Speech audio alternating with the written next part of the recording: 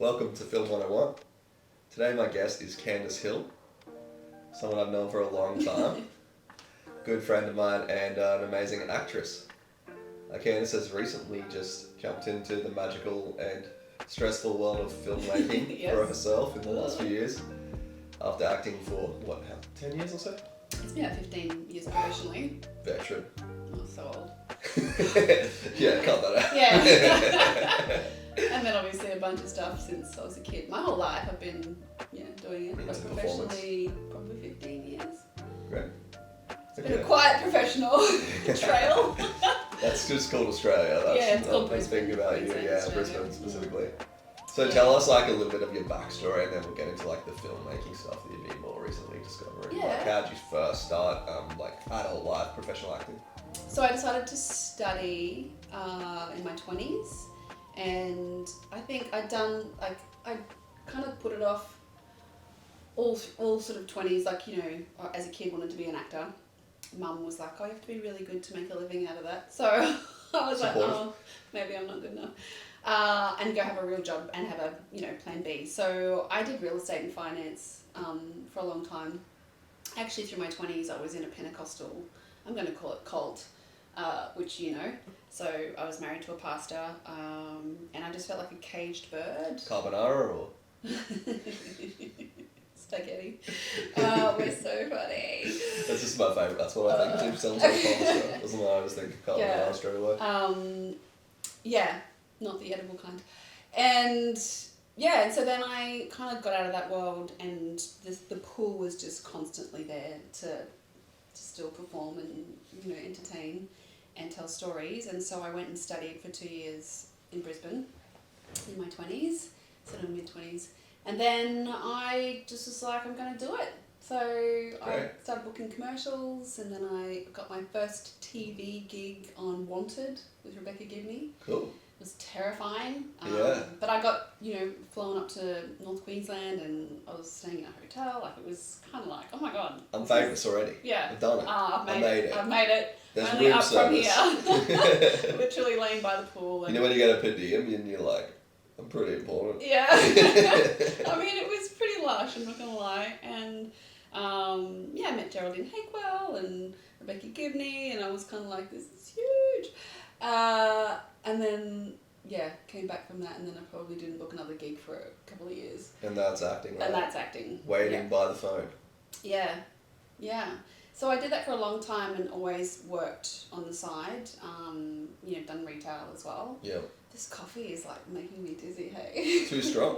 It's really good, but I don't... Whacked. Really? Yeah. Anyway. I drink so much of that coffee. This backstory for me, I drink like 3/4 of the litre thing every time, and Shani's has one. And I'm fine. Explains a lot. Anyway, so and then booked a couple more TV gigs and booked some feature films, and I guess on average I've worked maybe a gig a year with a couple of commercials a year as well, on average over that time, which is probably pretty good stats for Brisbane. Yeah. It's been incredibly quiet for me the last couple of years. I guess COVID kicked that off, although I did book some nice commercials during that. A funeral commercial. It was random. Business was up. Yeah, that was good pay too. Pretty sad. Yeah, it was. Yeah, I felt conflicted. And then, so it was COVID, and then we had the strikes in the US, and so there's all the flow-on effect of that, and now there's obviously AI that's affecting our industry as well. And I'm white, I'm middle-aged, I'm straight, I don't tick Fact check that, is she white? I mean, I haven't ever done ancestry.com, but, to my knowledge, I'm Scottish. Mm-hmm. So I don't tick any of the diversity boxes, and I'm all for diversity, but it means that now I'm quiet, and so I've had to reinvent what my creativity looks like. Okay. So I did get sick of waiting by the phone and updating my headshots and my showreel. Yeah, all the kind of cliche things that all don't the things actually that you really... do as an actor to be, ready and be good to work with for your agent. Going to classes, like always doing that sort of stuff and staying fresh, and then just thinking, what am I doing? I'm wasting away. Like, I actually am a storyteller. So I decided about 4 years ago to start writing, and I've never gone to film school. I went to acting school, but I think as actors, we're amazing storytellers. That's our job. And I'm so used to getting a script and going, that could be much better. And knowing how to tweak a script and how to make a character real and how to make a world real and that sort of stuff. So I thought, well, why don't I just try doing it? Mm-hmm. It was a lot harder, starting from scratch. So yeah, back to the original question then was, or backstory thing. Good memory. Cut that out. I talk real good. I started writing, and it was kind of frustrating. And I tried to collaborate. I love collaboration. I think that's what I love most about creativity. And I think that's what makes us all better than ourselves, is when we work with other people. But I couldn't find the right people to collaborate with. So things kind of kept sort of flopping over. And then I talked to our mutual friend, Cameron Hurry, and he wanted to write a feature. And I was like, he had this really cool idea. And so I just presented a bunch of these ideas to a friend of mine who's a producer, and none of which got picked up. And so Cameron said, why don't we write it? And I went, okay. So then we wrote our first feature together called Clowns on the Run. It already sounds funny straight away. It's very funny, very clowny. And we're kind of happy. It's in its fourth draft at the moment, and it's been shopped around red at the moment. So I'm like, that could be one that could get made. And then from there, I was challenged by same producer friend who I'd pitched a bunch of ideas to go and make something and get into directing, because probably I would work more as a director given the environment at the moment. And I was like, okay. So I went and wrote something for film. Yeah, great. But I did it differently. I was like, I'm going to improvise. Which is such a whack idea now that I think about filmmaking. It lends itself to an actor's direction, because you guys, you do all that, the courses and the classes and the testing, and you do things like that, right? You develop a scene based off the basic idea, and you will do improv. And so it makes more sense as an actor to find the comfort in that and the collaboration with the other actors. Yeah, and also the other filmmakers. So my camera team and everyone, I think, enjoyed that process. I think a writing nerd like me likes to have such a structure and a plan and have a really executed scene that's funneling into this key point or moment. So that I love to do that with comedy, obviously, to add and bring people's ideas. But it just depends your style. I think as an actor, you got a more open approach to where the scene can go. Yeah, and I think it was funny because I formulated the idea. So literally I sat down with my mate Steve, and he said, just come up with a really simple universal thing,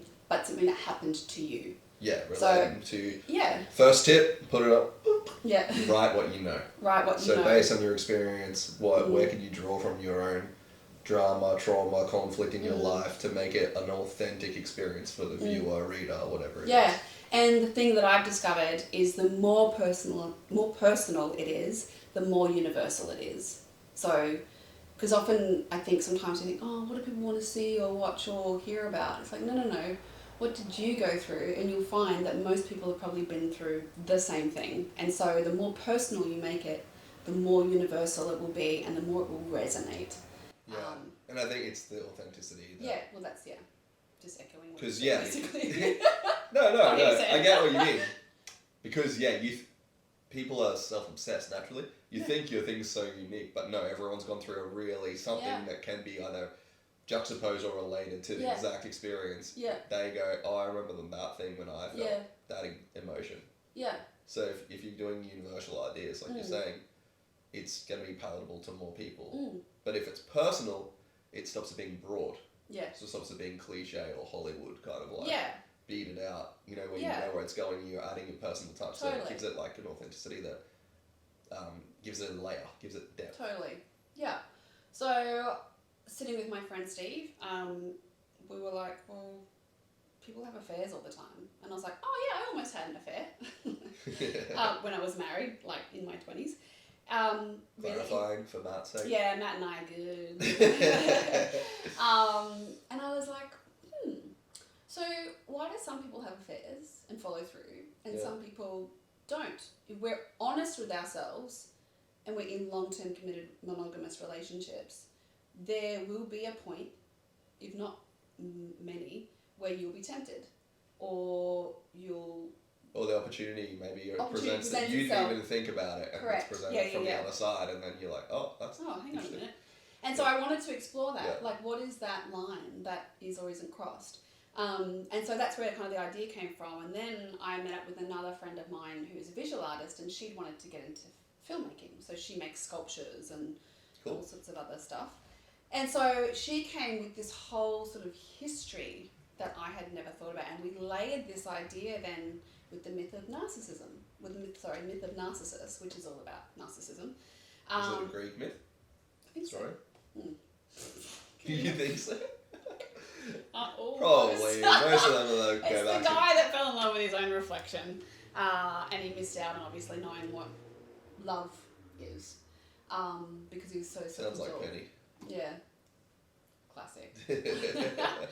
So, and then, we kind of laid it with a few other ideas, and it got really kind of creative in that realm, and just played around with it, and then like played with other sort of social, I guess, what would you call it, cliches, like the older guy in the office having an affair with the younger woman that's basically a carbon copy of his wife, but just younger.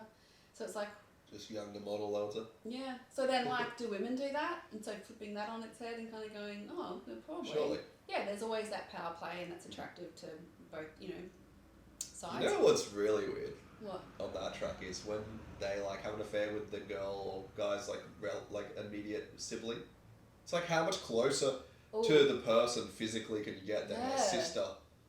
Yeah, like how boring. Go for something else. And why? Yeah. It's so bizarre because it's literally genetically the DNA is not like person, really close, and they're gonna look really close. Yeah. It's like, is that not the boringest choice of an affair? It's so weird. And then why? Like, so for me, the whole idea of why people have affairs, in my opinion, is whoever that person is holding up a mirror, right? So it's never generally about, well, it's such a massive broad stroke, but it's not necessarily about the person that you are in the long-term relationship with. It's about that person that you're attracted to outside of that relationship is reflecting something back to you of yourself that you've lost along the way. And so it's like it's a mirror. It's like the representative of younger self. Yeah, whatever, so those like ideals or that spirit or energy. So what do you feel like you've sacrificed being in this relationship, or you're not being seen as in this relationship that this person sees you as, or they represent a version of yourself that you like? I guess that makes sense because a lot of those affairs, then they, like when it blows up, the guy or girl will be like, oh, they made me feel like young again. That's a really common one if it's like that age gap, because it gives them that feeling of youth. Yeah. Which is like for instance, then like in my film, like so for me, and again, it's in the film that I made. So in the marriage that I was in, I'm this like enormously creative human being that was caged in this world of you've got to earn an income and you've got to have a normal job and you've got to be, fit within all the social norms, and I just don't. And I fought against it my whole life. And I was not seen that way. And so then, you're connecting with these people in the world that you want to be in. And I'm like, I come alive when I'm around you. And so I want to be around you all the time. But it's actually not them. It's that they represent that version of myself that I haven't given myself permission to be yet. Okay. Right? Great. And so that's kind of what my film explores, is this idea of like, people aren't having affairs all the time. I mean, yes, there's classic narcissists out there who just don't give a fuck about anybody else. There's definitely those people. Yeah. But sometimes, like someone like me, who I consider myself to be a kind, compassionate person, was drawn to be doing stuff with other people outside of a marriage. I felt really conflicted about that. Yeah. And so I wanted to explore that idea.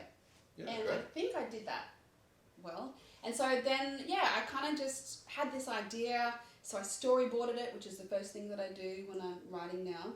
Okay, come up with visual an idea. first. I'm very visual. First of, Yeah, so I was kind of just like, just get a big piece of card and draw all over it, and then I do the post-it thing, and then I move the post-its around. And so basically I blocked it out as an overall story. Yeah. And then I started recruiting people. So I didn't even have a script. There was no script for my little film project. Oh, so there was never a script? There was a couple of scenes that were scripted.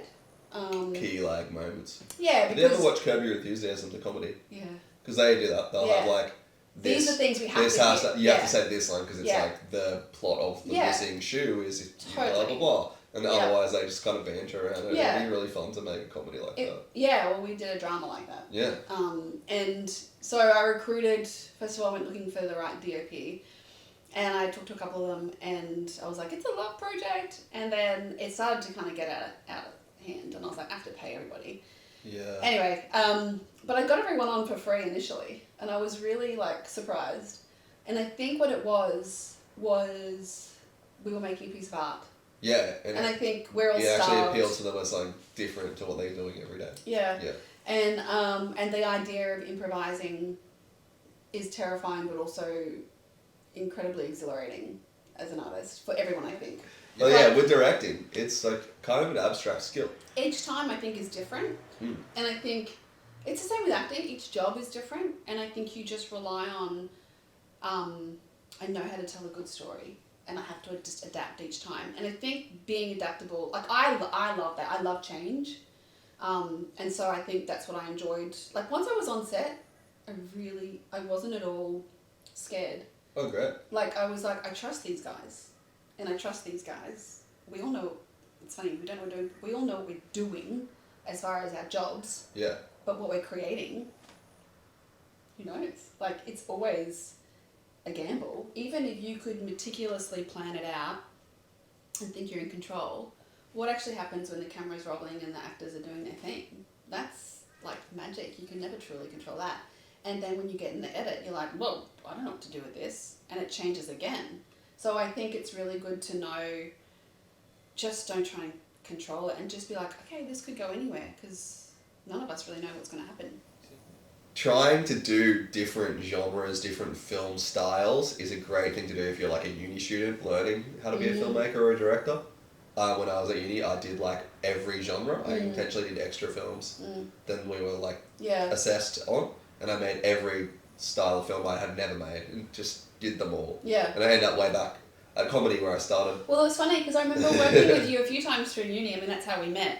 And I remember the one that I thought was the most enjoyable experience and your best work was comedic. And I remember saying to you, you're really good at comedy. Your writing is very comedic. And I remember saying that to you way back in the day, going, you guys should do more comedy. You go on to day one, on set, no script. First time Okay, wait, directing. no, there was a partial script. So the process before we got to set was I, as the director, was meeting with the actors on Zoom. So I had one in Sydney, one on the Gold Coast, and one in Brisbane. So there's only 3 actors. Oh man, so you have to do Zoom. So I had talked to them about the story, what I wanted to do, that it was highly improvised, but we had to script some of the scenes in order to hit those beats that then cross between, when she's with husband and when she's with the lover. So we basically went through, so I was talking about how I had my storyboard. So we went through scene by scene. So I basically blocked out the scenes that we wanted it to be.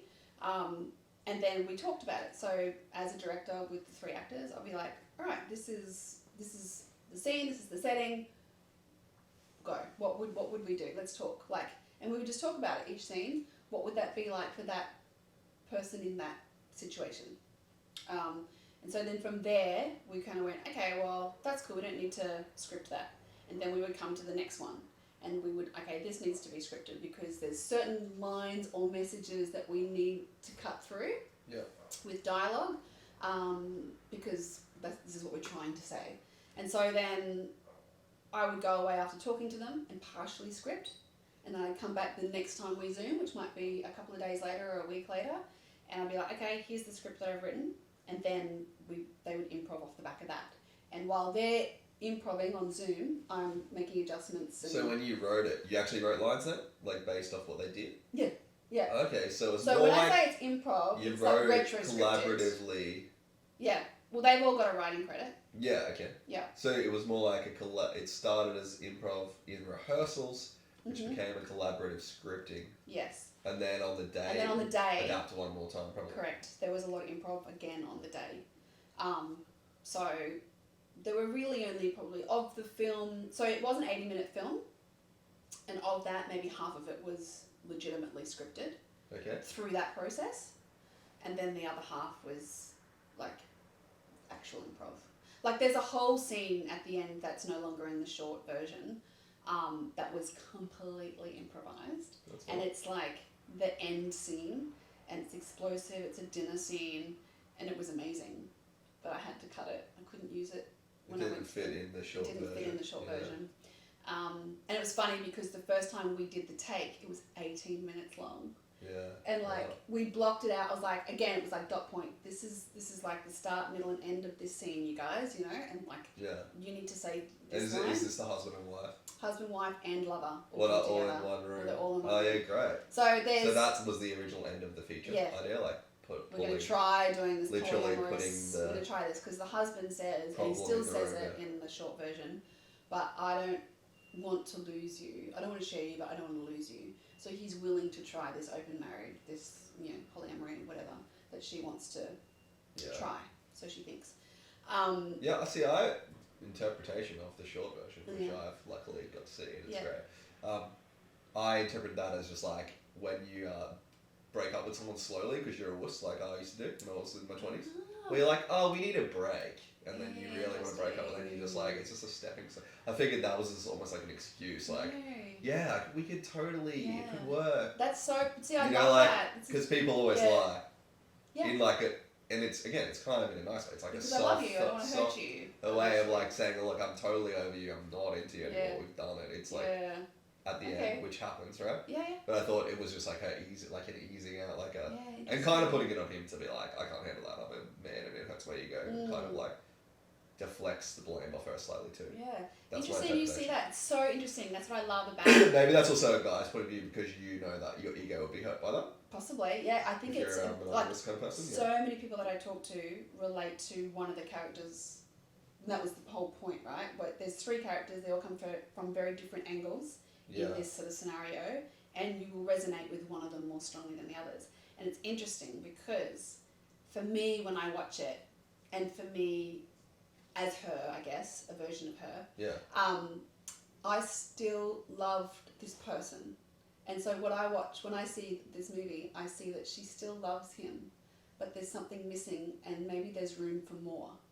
And this is why I'm curious about polyamory, and I'm curious about open marriages. I don't know that I could do it personally, but I understand why people try it or do practice it.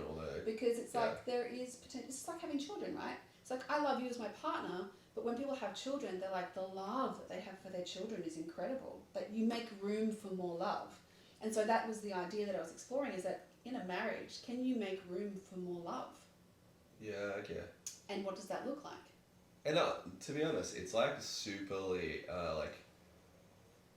religious-based tradition monogamy.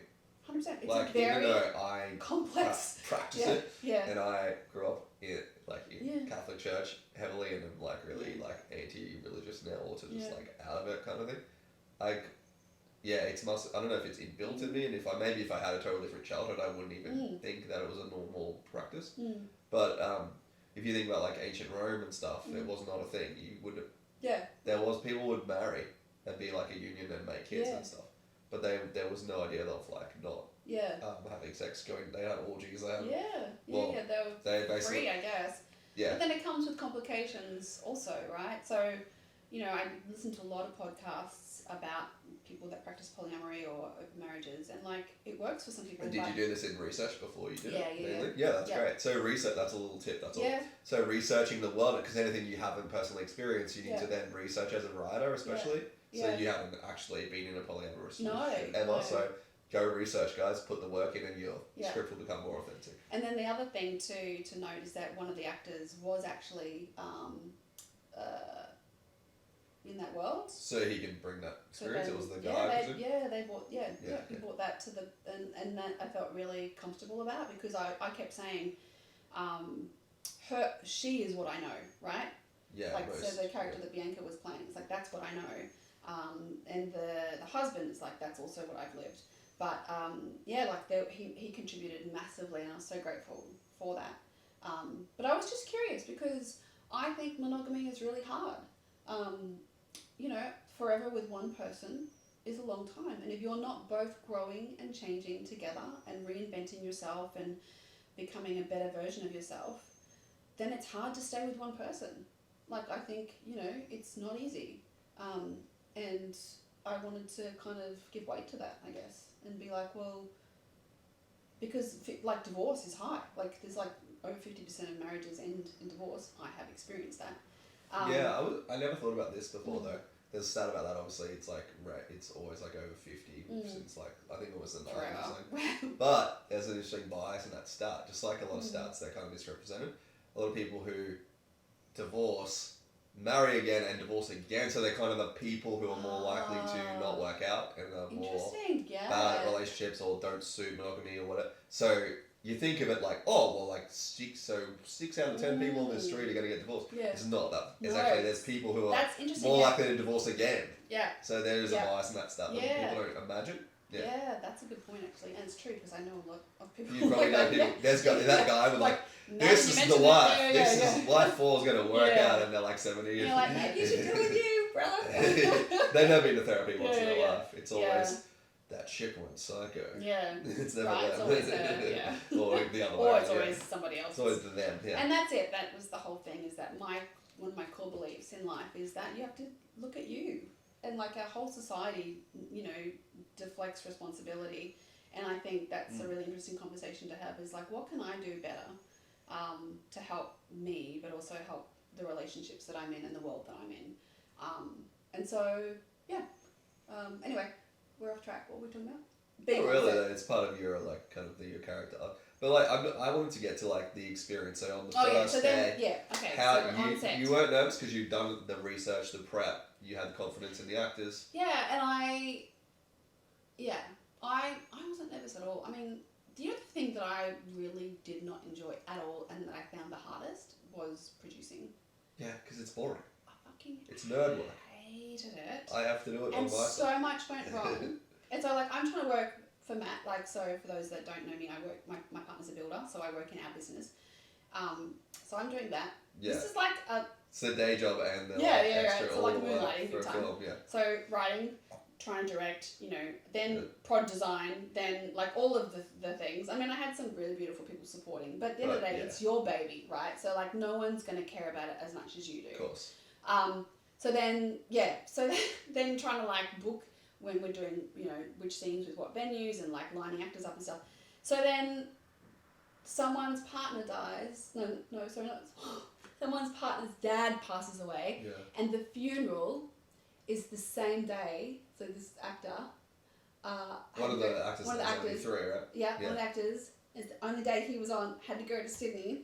Oh my! On day 3, and I was like, "You're kidding!" I was just like, I couldn't cope. Anyway, so I started having like all these what I know now to be migraines. I thought I was having strokes. I went and got a brain scan because I was seeing sparkles. And like, I was this is how it is to make a film, people. There was something not right with me, like, and I went and got an MRI on my brain, and my doctor thought I had. Did it freak you out being in the big thing? Were you in the big box? No, I've done it before. I'm not claustrophobic, but I was like a mess because I was like, oh my god. But you're already stressed. I've got MS. I'm stressed. Like that's what my doctor told me. Like you've got more dark spots on your brain matter or whatever, or white tissue. Anyway, that's really a jump that you got MS from a migraine. Yeah, but I'd never had migraines before. Anyways, but I was like seeing wild like sparkles, and then like I blacked out a few times, and it was producing. Really stresses me out. Clearly. So once I was on set, I was like, duck to water. Like I love being on set in whatever capacity. I mean, like I've been a third of like being a shadow director. So when people come up to you, and you're thinking about everything at once, like a director does, and they go, red or blue shirt, where should we put this? What shot do you want to start? And everyone's asking you a question. You didn't get overwhelmed by that. I didn't have that. Oh, really? Yeah. I feel like everyone just did their job. No, everyone was really self-sufficient. Everyone was really, yeah. I think, and can I toot my own horn?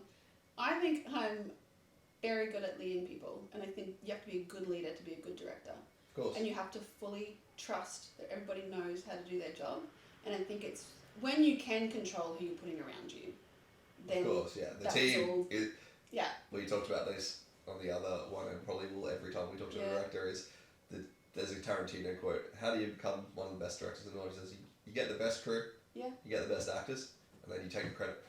Basically, I feel that. If you can do that, and I is feel the that. I indie feel like- world of that, we know heaps of amazing talented people, so you can do And that. I just in your gave little indie scene. everyone absolute autonomy. What about with director? Did you kind of like let camera just do what they wanted to do? Do you have any thoughts on that? Obviously, it's originally storyboarded, or were you just focusing on the actors and letting like the technical people control their stuff? Column A, column B. So I feel like Phil and I, who was my DOP, he's amazing, very talented, and we'd worked together multiple times, but me as an actor and him as a cinematographer or DOP. And same with the camera operator, Declan. We worked, me as an actor. So this was the first time with like me being as a director, but we already had that existing relationship and trust for one another. We had a shorthand because we caught up over lunch and we talked about the types of movies like we referenced, and we gave each other films to watch, and we would show each other scenes that we wanted to create together. So we already knew the style in which we wanted to shoot. He had seen the locations with me as well. So that's really important to like have to get there before and know your location and how you can best use it. And then because we were improvising, I had said to him, we definitely need wide, we need mid, and we need close-ups. However that looks on the day, we're just gonna roll with it. Just have them. So I never actually was like, okay, I'm gonna do this shot. We both would stand there and go, what do you reckon? And together, we would go, okay, I think we do this. We shoot through the mirror. Like there was definitely both of us giving ideas, but then I would go, okay, and just step away. And not once did I try and control what they were doing. There was we did one shot in the office which we ended up cutting up, but it was a continuous shot. It was so beautifully choreographed, and that felt amazing. I don't think I've ever felt so collaborative as a creative. Okay. So I was working with the actors, with obviously film next to me, with camera operator, with the rig, and that was a thrill. That was truly like, oh, what if we do this? And then so it was like a steady cam. It was steady cam, but then he was walking around, and then he had to spin around, and it was just this beautiful continuous shot. And the actors had to, obviously, we had to choreograph when and what they were doing, and probably comes from the influence of Roma. He was talking about how much he liked that film because they do a lot of that beautiful tracking shots through just the whole showing you the town and the era and what it looks like. And anyway, we had to cut it up because we couldn't nail performances, and we were under such time constraints, and that's the other thing, time. That's always the way for indie film. Yeah. We were talking about shot listing as well another time, just like having your what you have to get, your must-have list, and then you get your sexy stuff at the end, your crazy shot. Yeah. And then you might have to just cut it, not even try it once because you're out, the day's over. Yeah, and there was definitely a couple of times that we did that, and then there was one of the days where I actually had the people and the gear to have a B team, and so they went and did so a lot of in my film, a lot of the repetitive shots, like the coffee plunger and the toast, that was B team off doing that for me while we were filming the actors. Oh, that's great. So the second unit kind of thing. Yeah. Then there's drone stuff, was that them? Drones, that was somebody else as well at the same time. Separate. Yeah. So I thought that the aesthetic of that and the rhythm of that was great for the routine, the idea of life being repetitive. Yeah. It worked really well references the Mobius strip. So one of the other things, I don't know if you're watching closely, if you watch it again, on her desk there is a Mobius strip, and that's actually like a figure of 8, and that's actually what the artist was working on. So that was one of the underlying themes of the film. Oh, is that like the infinity symbol kind of vibe? Yeah, so it's like a figure of 8 twisted on itself, and it's called a Mobius strip, and it represents eternity, but folding in on itself.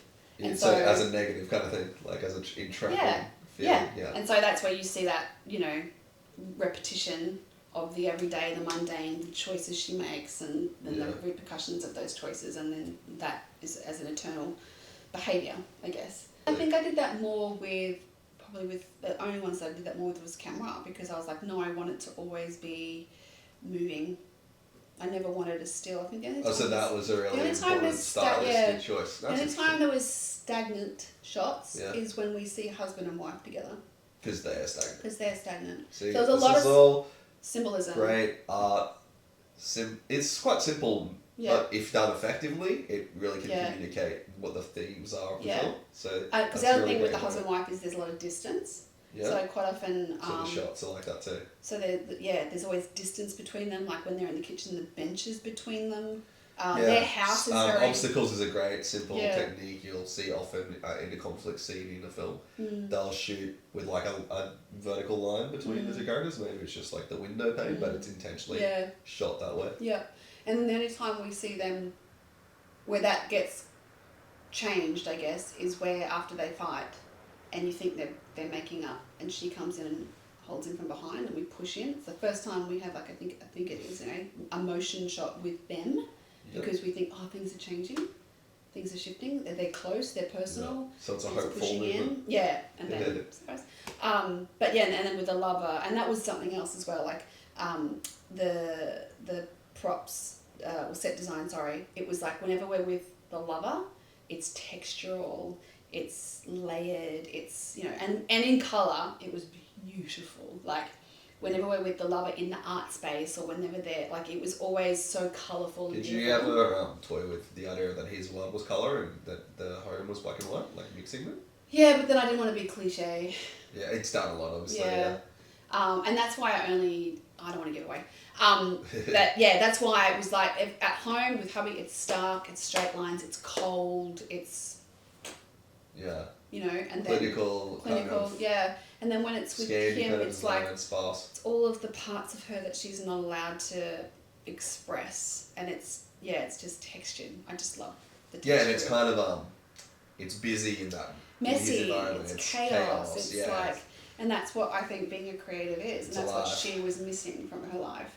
So there's a lot of that sort of, I guess, subliminal stuff going on, but I think that's beautiful filmmaking.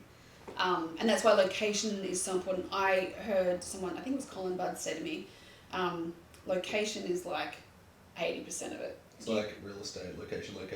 Yeah. But like, if you can get, like, so much of the storytelling can be done for you if you find the right location. And I found that with both of those locations. So like, I think of it as story world. So if your location doesn't match what you imagine, what you're trying to say. If it's not the environment, then you're working against it, right? Like, but like, as soon as you set up the camera in the right location for that world, feels like the world. Oh, we're here already, and you don't have to work as hard. Your actors don't have to work as hard. Like, and it saves you money as an indie filmmaker too. Yeah. You get the busy art studio. You need less prod design. I didn't do anything. Like, literally, it's like empty one down the road because it's not renting right now. And now you've got to dress an art studio. It's thousands of dollars. I dressed 2 rooms. One is like where the lovers are like under the windows and like all that beautiful, sexy make out stuff. And that was expensive just to dress that one. And that was just like fabrics and shit like that I had to buy from Spotlight. And then the other room was the office. So that was actually in that home. They had their own home library. And so we just filled that wall with artwork and stuff. But yeah, like, it was so good to not have to worry about that. Like, location. Literally it's so important and such a lifesaver. Yeah. I think also for me though, because I'm coming from that acting world, I know as an actor when if I don't have to work in front of a green screen, like, when I step into the world, I'm present, and so I feel like then your actors are just there. Because you belong. They're gonna be your character better. belongs there, so you can feel your character. And that's the thing. Everyone gets it then. Like, everyone gets it. Like, your whole crew gets it. It's like, this is what we're doing because it's already done for you. So it's like what's essential. Obviously, that goes back to shot listing. Like, getting the shots you have to have, and then being able to visualize the edit is really important because then you kind of know where you're going. Yeah. Instead of just shooting every angle. Because when you're working with your DOP, that obviously they're getting caught up in their artistry as well. And they're very visual, and they're thinking this is the prettiest shot. They're not necessarily thinking this is going to tell your story. Yeah.